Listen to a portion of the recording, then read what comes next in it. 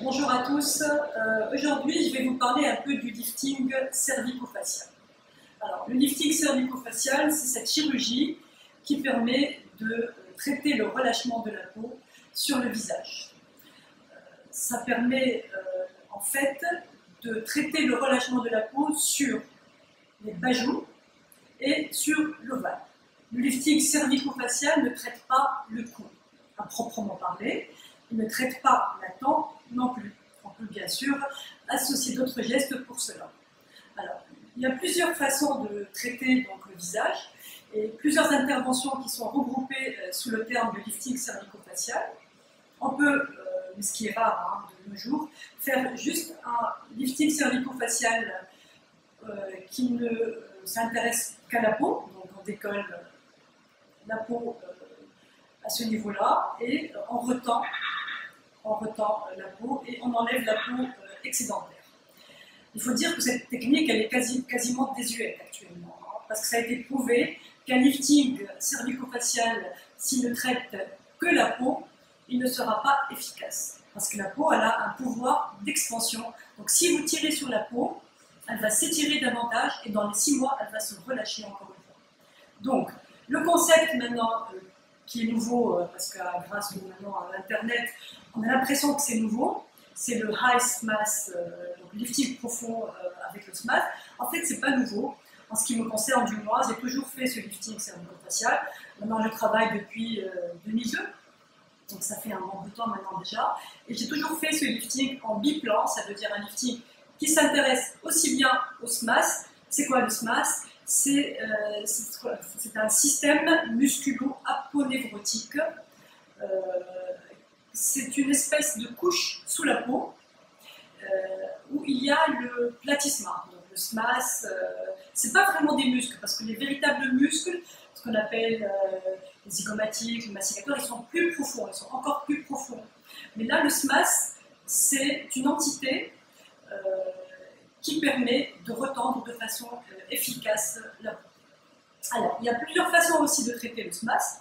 On peut soit plicaturer le SMAS, ça veut dire on ouvre la peau, on va aller chercher ce tissu, ce système musculo-aponevrotique superficiel en fait, c'est le SMAS, et on essaye de le plicature, ça veut dire quoi? On met des points pour le remettre sous tension.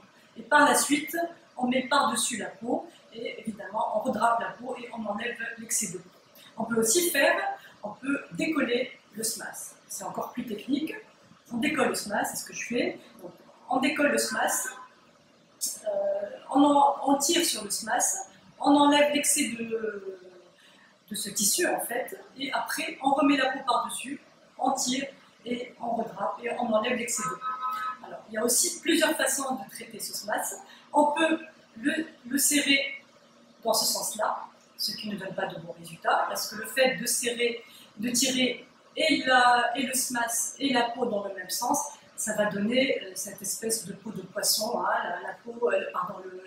la bouche de poisson, où c'est tiré dans ce sens horizontal. Donc moi, ce que je fais le high SMAS, ça veut dire que je tire le SMAS dans un sens et la peau dans un autre sens. Donc je tire le SMAS vers le haut pour remonter les pommettes, pour atténuer le sillon nasogénien et pour aussi atténuer un peu les pieds d'amertume.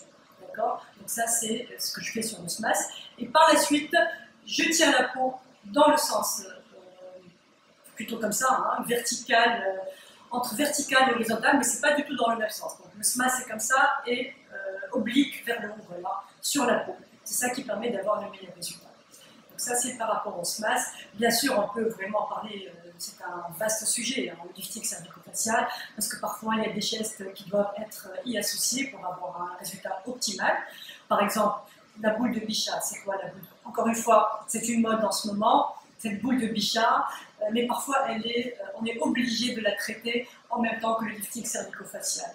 C'est quoi la boule de Bichat? C'est une excroissance, c'est une boule de graisse qui est profonde dans la joue à ce niveau-là, et avec l'âge, elle a tendance à descendre, à ptoser, et elle peut créer carrément une bajoue à ce niveau-là. Donc parfois, dans le cas d'un lifting cervico-facial, on est obligé de faire aussi cette bichectomie qui sera toujours partielle. Ça veut dire qu'on n'enlève pas la boule de Bichat complètement, hein. On enlève juste la partie qui sale. Ça sera par voie interne, donc dans la bouche. C'est pour mieux traiter le lifting, que ça soit plus net, pour qu'il ne reste pas cette petite boule-là qui reste là après un lifting cervico-facial. Mais c'est des petits artifices, des petits gestes qu'on peut associer au lifting. C'est vraiment au cas par cas, hein. Il n'y a pas un lifting qui va à tout le monde. Il y a des patientes qui n'ont pas besoin d'enlever cette boule de Bichat parce qu'elles ont des joues qui sont déjà creusées, elles sont fines, elles sont minces, donc on ne va pas le faire. Il y a des femmes qui ont des joues qui sont vraiment bien tombantes, bien grasses, et la lipoaspiration des joues en fin de compte n'existe pas. Ça aussi, j'aimerais bien en parler un peu. La lipoaspiration des joues. Honnêtement, on ne peut pas aspirer une joue complète. Hein. Ce qu'on peut aspirer, c'est ici, hein, le cou. On peut aspirer ici, à ce niveau-là, les bas-joues. Mais souvent, la bas-joue, ce n'est pas un excès de graisse qu'on peut aspirer. C'est souvent un rapport avec la boule de Bichat, qui est ptosée, qui n'est pas à sa position.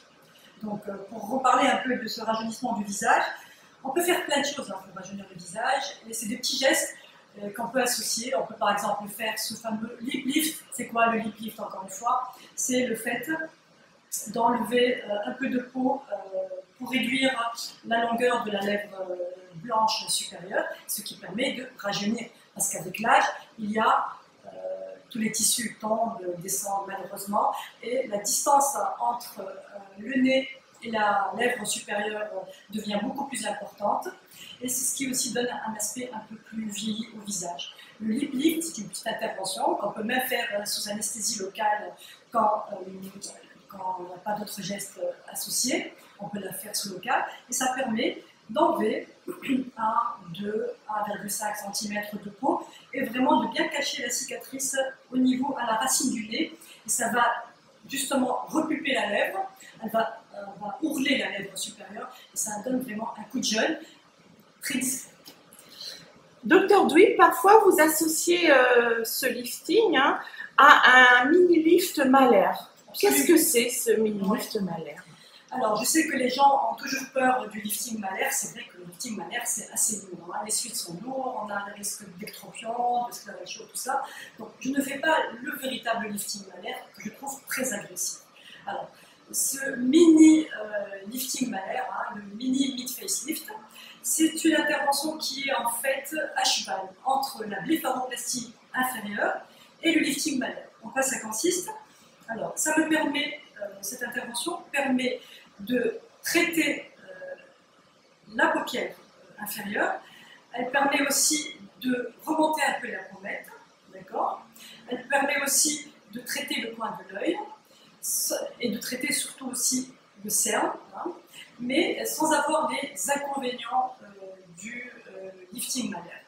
C'est technique, hein, je ne vais pas dévoiler toute ma technique, je suis désolée, je suis en train d'écrire un article là-dessus, mais c'est en tout cas ce que je peux dire, c'est beaucoup moins agressif qu'un mini-lift malaire, tout en ayant quasiment les mêmes résultats qu'un lifting malaire.